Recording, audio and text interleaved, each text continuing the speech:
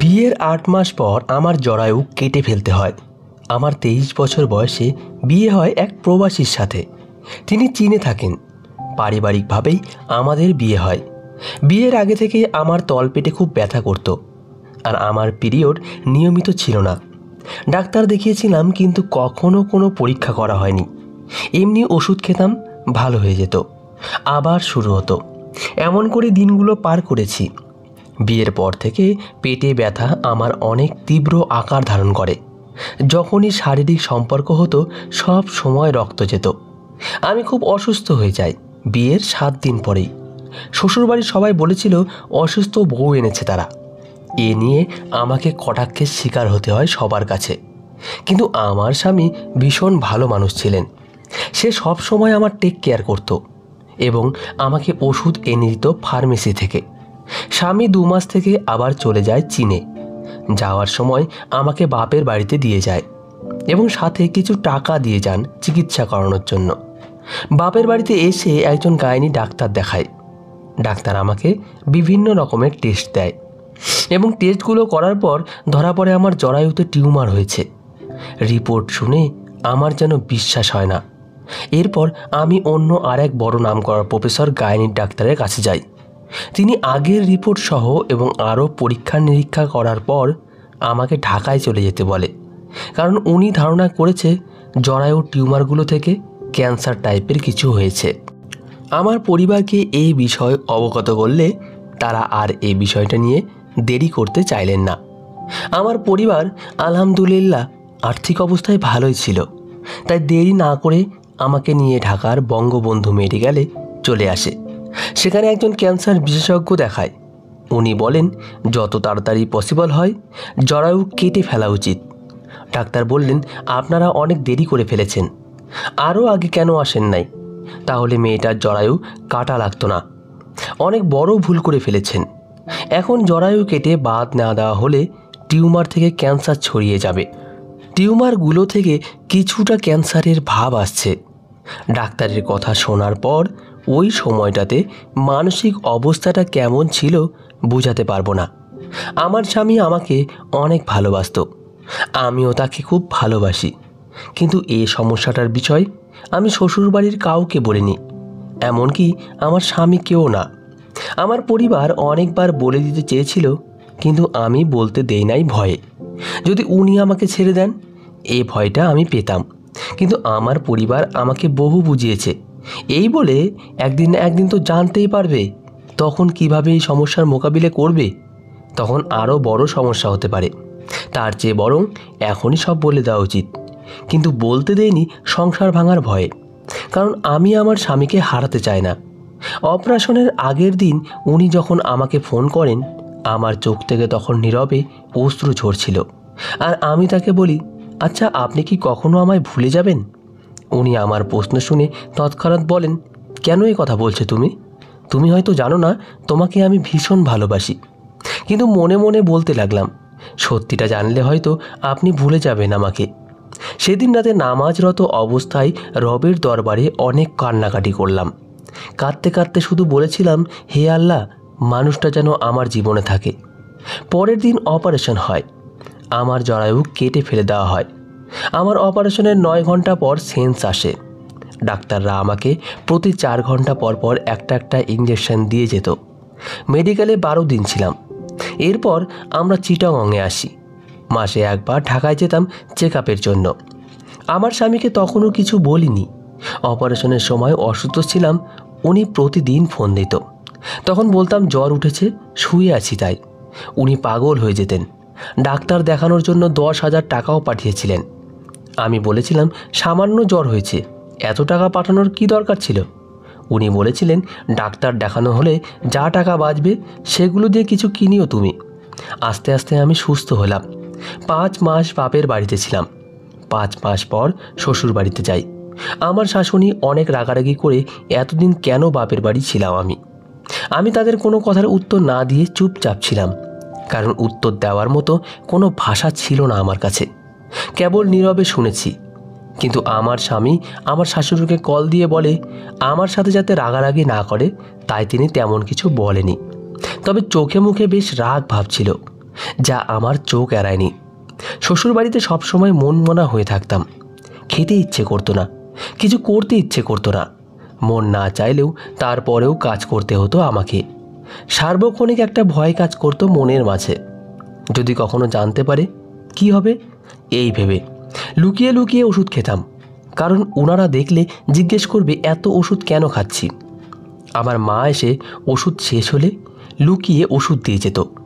আমার মা বারবার বলেছিল শ্বশুরবাড়ির কাউকে না বললেও যেন জামাইকে বলে দেই, কিন্তু আমি বলিনি উনাকে হারানোর ভয়ে। আমার স্বামী 2 বছর পর ছুটিতে আবার আসে 4 মাসের জন্য।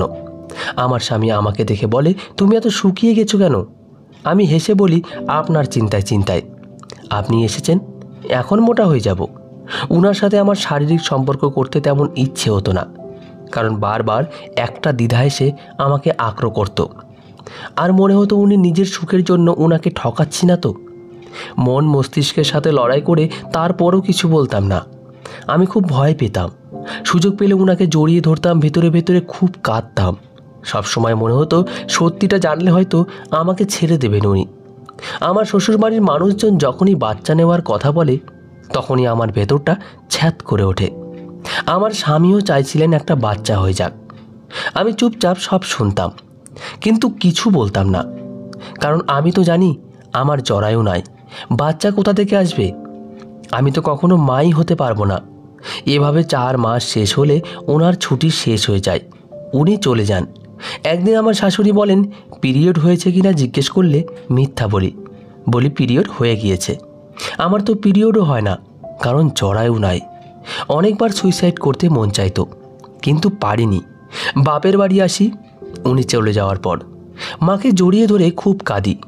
মা তখনও আমাকে বলল, জামাইকে সব বলে দে। আমার তখন মনে হচ্ছিল আমি উনাকে ঠকাচ্ছি, সত্যিটা বলে দেওয়া উচিত। আমি তখন উনাকে SMS-এ সব বলে দেই এবং বলি আমার জরায়ু নেই, আমার তো বাচ্চা হবে না। কথাগুলো কল করে বলার মতো সাহস করে উঠতে পারিনি। উনি SMS-এ সিন করে কিন্তু কোনো রিপ্লাই করেন না।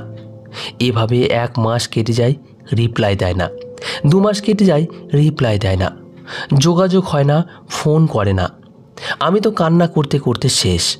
মনে হতে লাগলো ওনাকে জীবন থেকে হারিয়ে ফেললাম না তো। একদিন বিকেলে ঘরের দরজায় কে যেন নক করছিল। আমার মা গিয়ে দরজা খুলে দিল। দেখলাম হাত ভর্তি বাজার সদাই নিয়ে আমার শাশুড়ি মা এসেছেন। তিনি ঘরে ঢুকে আমার মা আর আমাকে জড়িয়ে ধরলেন, তারপর আমাদের নিয়ে বসলেন। আমার মাথায় হাত দিয়ে বললেন, দেখো মা, কোনো কিছুতেই তোমার দোষ নেই, সবই আল্লাহ তোমার নসিবে রেখেছেন, এতে আমাদের কারও হাত নেই। জানো মা, দিন শেষে আমরা সবাই স্বার্থপর। তোমার যেমন একটা সুন্দর জীবন আছে, ঠিক তেমনই আমার ছেলেরও সুন্দর একটা জীবন আছে। মা, জীবনে সংসার করতে হলে বাচ্চা কাচ্চা তো অবশ্যই প্রয়োজন। একটা বাচ্চা ছাড়া ঘর পুরোপুরি অন্ধকারাচ্ছন্ন থাকে। বিয়ান, আপনি বিচার করেন, আপনার ছেলের বউয়ের এমন হলে আপনি কি করতেন? বিচারটা আপনার উপর ছেড়ে দিলাম। আমার শাশুড়ির কথাগুলো শুনে যেন আমার ভেতরটা ভয়ে কুকিয়ে যাচ্ছিল।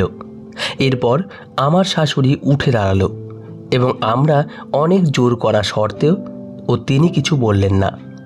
বুঝতে আর বাকি রয় না উনি কি বুঝাতে চাইছেন। তৎক্ষণাৎ মন চাইছিল মাটি দুভাগ হতো আর আমি তার ভিতরে ঢুকে যেতাম। বারে বারে মনে হচ্ছিল, কেন এ পৃথিবীতে এলাম, জন্মটায় বৃথা। আমার মা বললেন, আপা তাহলে বাজার সদাইগুলো নিয়ে যান, কিন্তু তিনি কোনো কথা না বলে বাজার রেখেই চলে গেলেন। আমার চোখের পানি বাদ যেন আর ধরে রাখতে পারলাম না। দৌড়ে নিজের রুমে গিয়ে দরজা লাগিয়ে হাউমাউ করে কাঁদলাম। পরিবারের সবাই আমাকে অনেক বোঝায়। পরের দিন 3টা ভ্যান গাড়িতে আমার সব ফার্নিচার আর আমার জামা কাপড় এবং আমার 2 ভরি গহনা ফেরত পাঠালেন এবং বিকেলে ডিভোর্সের নোটিশ আসে। 3 মাস পর আমার ডিভোর্স হয়ে যায়। আমার এই জীবনে শুধু একটাই আফসোস, তিনি কি শেষবারের মতো আমার সাথে একটাবার কথা বলতে পারলেন না। পরে অবশ্য জানতে পারি SMS-গুলো দেখার পরপরই আমার বাবাকে কল দেয় এবং আমার বাবা সব বলে দেয়। তিনি তার পরিবারকে সব কথা জানায়। সংসার জীবন আমার এখানেই সমাপ্ত হয়। আমি বেঁচে থেকেও মরার মতো হয়ে গিয়েছিলাম। শুধু আফসোস করেছি, যদি না বলতাম তাহলে হয়তো ওনার সাথে আরও কিছু বছর কাটাতে পারতাম। আবার এটাও ভেবেছি আমার নসিবে যা আছে তা হয়েছে, আমি কাউকে ঠকাইনি। ডিভোর্সের পর কোথাও যেতাম না, ঘরের মধ্যে থাকতাম। বাবার বাড়ির পুরো সংসারের দায়িত্ব আমার ঘাড়ে তুলে নেই। আসলে তুলে নিই বলাও যায় না, থাকতে থাকতে সব দায়িত্ব আমার পালন করা হয়, তাই এক প্রকার তুলেও দেয় সব দায়িত্ব আমার কাঁধে। সময় থেমে থাকে না। ওনার ছবিগুলো প্রায় প্রতিদিন দেখতাম। আমার দুটা বড় ভাই আর আমি বাবার একমাত্র আদরের মেয়ে। ভাইদের বিয়ে হয়, ঘরে ভাবিরা আসে। বাবার একটা মেয়ে হওয়া শর্তে তেমন আদর যত্নে থাকতাম না, ঘরের সব কাজ করতাম। বছর ঘুরে ভাইদের বাচ্চা হয়, তাদের বড় করার দায়িত্ব আমিই নেই। আসলে আমার বাচ্চা হবে না যখন, তাই ওদের নিজের সন্তানের মতো মানুষ করার চেষ্টা করতে চেয়েছিলাম, কিন্তু ভাবিরা অলক্ষী অপয়া বলে দূরে সরিয়ে রাখত। জীবন এভাবেই কাটছে আমার। আমার মা মারা যায় এর মধ্যে। বাবাও অনেক অসুস্থ হয়ে পড়ে। বাবার একটা দোকান ছিল, সেই ব্যবসা নিয়ে ভাইদের মধ্যে মারামারি কাটাকাটি অবস্থা। বাবার সম্পদ দুই ভাই ভাগাভাগি করে নিয়ে নেয়। এরপর ভাইয়েরা আলাদা হয়ে যায়, কেউ কারো ছায়া পর্যন্ত মারতে চাইতো না। আমি বাবাকে নিয়ে আমাদের পুরনো ঘরেই থাকি। দোকানের সব মালামাল ভাইয়েরা খেয়ে লাঠে উঠিয়ে দেয়। কিছু বলতে পারতাম না, কারণ আমার কোনো অধিকার নেই। এ সমাজে নারীদের অবস্থা কচুরি পানার মতো, তাদের নিজের বলে কিছুই থাকে না। যেমন আমার অবস্থা, আমি কিছু বললে আমাকে বিভিন্ন অপবাদ আর কটু কথা শুনতে হতো, তাই আর কিছু বলতাম না। বাবা আরও অসুস্থ হয়ে পড়লেন। বাবাকে নিয়ে মেডিকেল, ডাক্তার এসব নিয়ে দৌড়াদৌড়ির মধ্যেই থাকতাম। এর মধ্যে আমার বড় দুই ভাই আসে বাবার ব্যাংকের টাকার ভাগ নিতে। তারা তাদের সম্পূর্ণ মনুষ্যত্ব ভুলে গিয়ে বাবার সাথে খুব খারাপ আচরণ করে। তাদের এটুকু বোধ বুদ্ধি হলো না, তাদের যদি বাবা সব টাকা দিয়ে দেওয়া হয়, তাহলে বাবা এই বুড়ো বয়সে অসুস্থ অবস্থায় চলবে কিভাবে। আমি অনেকভাবে বোঝালাম, কিন্তু বুঝ মানল না। বাবা দিতে না চাইলে বাবাকে আর আমাকে মেরে ধরে কিচ্ছু রাখলো না। তখন আমি পুলিশের শরণাপন্ন হই বাবাকে নিয়ে, এবং ভাইদের নামে বাবা আর আমি বাদী হয়ে মামলা করি। ভাইয়েরা পালিয়ে পালিয়ে থাকে। পুলিশ আসবে যখনই শুনে, তখনই তারা পালিয়ে যায়। আমাদের ওপর অত্যাচার কিছুটা বন্ধ হয়। ভাবিরা মানুষকে বলে বেড়াতো আমি নাকি সম্পদের লোভে বাবার মাথা খাচ্ছি। আমার মনে হারামি, সেজন্য আমি ব্যাটা হয়ে গেছি। আরও কত কথা। তাদের সুখে থাকতে দিচ্ছি না, এলাকায় আমার নামে অনেক বদনাম করে। এর মধ্যে একদিন আমার শ্বশুরবাড়ির একজনের সাথে দেখা হয়। তার কাছ থেকে শুনি আমার স্বামী আবার বিয়ে করেছে, তার 3টা সন্তান। শুনে বুকের ভেতর চিনচিন করে ব্যথা হলেও পরে আবার নিজের মনকে বুঝ দিয়ে খুশি হলাম। বুক ভরা কষ্ট নিয়ে সেখান থেকে চলে আসি। আর ভাবি ডিভোর্স হয়েছিল 2006 সালে, আজ 2019 সাল। কতগুলো বছর কেটে গেল। এদিকে ভাইদের অত্যাচার আরও বেড়ে যেতে লাগলো, তা বলার মতো না। এর মধ্যে আমার বাবার করোনা হয়। করোনাকালীন অবস্থায় বাবাকে নিয়ে আমি মেডিকেলে ছিলাম। আমার ভাই বা ভাবি কেউ ছিল না, কেউ যেন ফোন করে খবরও নেয়নি। আত্মীয় স্বজন ভাইদের যদি যেতে বলতো, ওরা বলতো মেডিকেলে ভর্তি করার সময় তো আমাদের বলে করে নাই। আমার বাবার যদি টাকা না থাকতো, তাহলে হয়তো আমার ভাইয়েরা বাবাকে রাস্তায় ফেলে দিত। বাবাকে খাওয়ানো তো দূরে থাক, উল্টে বাবার এত টাকা পয়সা থাকার পরেও বাবাকে সম্পদ টাকা পয়সার জন্য মারধর করেছে। বাবা চিটাগং মেডিকেলে থাকা অবস্থায় মেডিকেলের এক আনসার আমাকে খুব সাহায্য করে। চিটাগং মেডিকেল শুধু সরকারি হাসপাতাল, কিন্তু দেওয়াল পর্যন্ত টাকা খায়। উনি আমাদের অনেক সাহায্য করে। নার্স আয়াদের বলে দেয় আমাদের থেকে যেন টাকা না নেয়। আমার বাবাকে পরিচয় দেয়, এটা ওনার বাবা। আমার ওষুধপত্র যা লেগেছে উনি এনে দিতেন। ওনাকে টাকা দিতাম অবশ্য, কিন্তু ভাগ্য খারাপ হয় আমার বাবা মারা যায় কোভিডের কারণে। আমার বাবার মৃত্যুর পর ওই ভাইটা একটা সংগঠনকে ফোন করেন। ওনারা এসে আমার বাবার দাফন কাফন সম্পন্ন করেন। আমি ওনাদের 20,000 টাকা দিই, তবে ওনারা কোনো টাকার দাবি করেনি, শুধু অ্যাম্বুলেন্স ভাড়াটা দাবি করে। কিন্তু আমি ওনাদের সংগঠনকে টাকা দিই, যেন মানুষের পাশে দাঁড়ায়। এত আন্তরিকতা নিয়ে জীবনের পরোয়া না করে পাশে দাঁড়িয়েছে, যা নিজের ভাইয়েরাও করে নাই। ওনাদের কাছে আমি তো কৃতজ্ঞ। আমার ভাইয়েরা এসব জানায় তারা আবার এসেছিল, কিন্তু বাবার কাছে যেতে পারিনি আমরা কেউ। আমাদের পারিবারিক কবরস্থানে আমার বাবাকে দাফন করা হয়। বাবার মৃত্যুর পর 3 দিন কবরের ওপর ব্লিচিং পাউডার মারতে বলেছিল এলাকাবাসী। আমার ভাইয়েরা কেউ মারেনি, ওই আনসার ভাইটা এসে মেরেছে। আমি ঘরে ছিলাম, দীর্ঘ 20 দিন বের হইনি। বলতে ভুলে গেছি, বাবার মৃত্যুর আগে বাবার 2টা দোকান আমার নামে লিখে দেয় আর বাড়িটা সহ আমাকে হেবা করে দেয়। বাবার মৃত্যুর পর বাবার বাকি জায়গা জমিনগুলো ওরা ভোগ দখল করে আছে, ওগুলো বাবার নামে। বাবা আমাকে দোকান আর বাড়ি লিখে দিয়েছে, এজন্য তারা বাকিগুলোতে আমাকে ভোগ দখল করতে দেয় না। আমি কোনো ভেজাল করি না, কারণ আমার এত ভেজাল করার ইচ্ছেও নাই। ওরা ভোগ দখল করুক, বিক্রি তো আর করছে না, তাই কিছু বলি না। আমার ভাইয়েরা এলাকায় রটায় আমি নাকি সম্পদের লোভে আমার বাবাকে মেরে ফেলি, কিন্তু কেউ বিশ্বাস করে না, কারণ আমার বাবা করোনায় মারা গেছে। সেটা দেশ দুনিয়ার সবাই দেখেছে। আমার সাথে শুধু ভেজাল আর ভেজাল করেছে। আমি সোজা থানায় গিয়ে জীবনের নিরাপত্তাহীনতায় ভুগছি এর একটা জিডি করে আসি ভাইদের নামে। সেটা আবার আমার এলাকার মেম্বারকে দিয়ে আসি, যেন আমার ভাইদের কাছে খবরটা যায়। একা বেঁচে থাকা অনেক কঠিন। জীবনে এমন পরিস্থিতিতে আমি একদম একা হয়ে পড়েছিলাম। শুধু কাঁদতাম আমি, বুঝতে পারছিলাম না কি করব। আর ওদিকে আনসার ভাইটা আমাকে বললেন, তুমি একটা কাজ করো, তুমি দোকান করো, তোমার সময় ভালো যাবে। আমি ভাইয়াকে বলি, ব্যবসা করার জন্য এত টাকা আমার কাছে নাই। ভাইয়া বলল, আল্লাহ ভরসা, সব ব্যবস্থা হয়ে যাবে। উনি আমাকে 2 লাখ টাকা ধার দেন এবং আমার গহনা ধার দেনা করে আরও 5 লাখ টাকা জোগাড় করে কাপড়ের দোকান চালু করলাম। আমার ভাই ভাবি আবার মানুষের কাছে বলতে লাগলো, আমি তো এমনি ব্যাটা হয়ে গেছি, এবার ব্যাটার মতো সব করেছি। আমার জরায়ু নাই, তাই ব্যাটা ব্যাটা করতো তারা। আনসার ভাইটা আমাকে খুব সাহায্য করত। উনার বাড়ি ছিল ফেনীতে। উনি উনার পরিবার আর 2 মেয়ে নিয়ে সরকারি কোয়ার্টারে থাকতো। ওনার ওয়াইফ মারা গেছে দ্বিতীয় মেয়েটা হওয়ার সময়। উনাকে আমার শারীরিক সমস্যার কথা বলি হাসপাতালে থাকতেই। আমি দোকান করতাম আর বাসায় এসে ঘুমাতাম। আমার সময় এভাবেই যেত এবং 2021-এর ডিসেম্বরে ওনার 2 লাখ টাকা ফেরত দিয়ে দিই। আমি অনেক শ্রম দিই আমার এই দোকানের পিছনে। আলহামদুলিল্লাহ, ব্যবসা আমার ভালো যাচ্ছিল। ওনার বাবা এসে এসে মাঝে মাঝে দোকানে আমাকে কাজে সাহায্য করত। ওনার বাবাও অবসরপ্রাপ্ত সরকারি আনসার ছিলেন। 2021 সালে ওনার বাবা মা আমাকে বিয়ের প্রস্তাব দেন। আমাকে বলে, আমাদের তো 2টা নাতনি আছে, আমাদের আর নাতি বা নাতনির দরকার নাই, তুমি আসো, আমাদের দেখাশোনা করিও।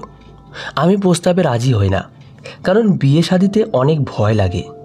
যদিও একটা সময় এসব নিয়ে আমার সাথে আমার পরিবার অনেক ঝামেলা করেছিল। সময় এভাবেই কেটে যাচ্ছিল আমার। উনিও আমাকে বিয়ে বা অন্য কিছুর জন্য প্রেশার করে না। আমার এখন তেমন কেউ নাই। আত্মীয় স্বজন যারা আছে ওদের দিতে পারলে ভালো, না হলে ওরা আমার নামে বদনামি করত। এজন্য ওদের সাথে তেমন যোগাযোগ রাখিনি। 2022-এ আমাকে পুলিশ গ্রেপ্তার করে, কারণ আমি নাকি ইয়াবার ব্যবসা করি। আমাকে দোকান থেকে ধরে নিয়ে যায়। কোথায় নাকি ইয়াবার অভিযান হয়েছে, ওই মামলায় আমাকেও ঢুকাই দিয়েছে, অথচ আমি নিজেও জানি না। পরে বুঝতে পারি এটা আমার ভাইদের কাজ। আমি জেলে থাকা অবস্থায় আমার জামিনের জন্য উনি আর ওনার পুরো পরিবার অনেক সাহায্য করে। আমাকে প্রতিদিন লাল দিঘির পাড়ে দেখতে যেত উনি। আমি জেলে থাকা অবস্থায় আমার দোকানের তালা ভেঙে সব মালপত্র চুরি করে নিয়ে যায় আমার ভাইয়েরা। আমার দোকানে 15 লাখ টাকার মতো কাপড় ছিল, কারণ আমি তো কাপড়ের ব্যবসা করতাম। জেল থেকে 27 দিন পর জামিন পায়। আর বাংলাদেশের আইন তো জানেন, অনেক ধীর গতিতে জাগায়। আমি জেল থেকে বের হয়ে আমার ভাইদের নামে দোকান লুটপাটের মামলা করে দেই, ওয়ারেন্ট বের করি, কিন্তু পুলিশ ওদের ধরতে পারে না। ওরা পালিয়ে পালিয়ে থাকে। আমি আবার শূন্য হয়ে যাই। মাসে মাসে হাজিরা দিতে হয় কোর্টে গিয়ে, অযথা আমাকে মিথ্যে মামলায় ফাঁসিয়ে দেওয়ার কারণে। কয়েক মাস পর উনি আবার আমাকে ব্যবসা ধরিয়ে দেন। এ টাকা ওনার বাবা আর উনি মিলে আমাকে 4 লাখ টাকা দেন। আর আমি আবার কিছু ব্যাংক লোন আর এনজিও থেকে লোন নেই। এভাবেই জীবন চলছিল আমার। উনি পাশে আছে কোনো স্বার্থ ছাড়াই। আমি ওনাকে বলেছি পাশে থাকবেন সব সময়। উনিও আমায় আশ্বাস দিয়ে বলেছেন, তোমার পাশে আছি সব সময়, চিন্তা করো না। তবে বিয়ে শাদীর ইচ্ছে আমার না থাকলেও না চাইতেও বিবাহ বন্ধনে আবদ্ধ হয়ে গেলাম ওনার সাথে। তবে এ বয়সে এসে একটা জিনিস বুঝলাম, সবাই স্বার্থপর হয় না, কেউ কেউ স্বার্থ ছাড়াই পাশে দাঁড়ান। এমন মানুষগুলো পৃথিবীতে অনেক দিন বেঁচে থাকুক, অনন্ত আমার মতো মেয়েদের পাশে থাকার জন্য। তো বন্ধুরা, আজকের গল্পটি এই পর্যন্তই। গল্পটি আশা করি আপনাদের খুব ভালো লেগেছে। ভালো লেগে থাকলে অবশ্যই একটি লাইক করবেন। ধন্যবাদ সকলকে। ভালো থাকবেন, সুস্থ থাকবেন।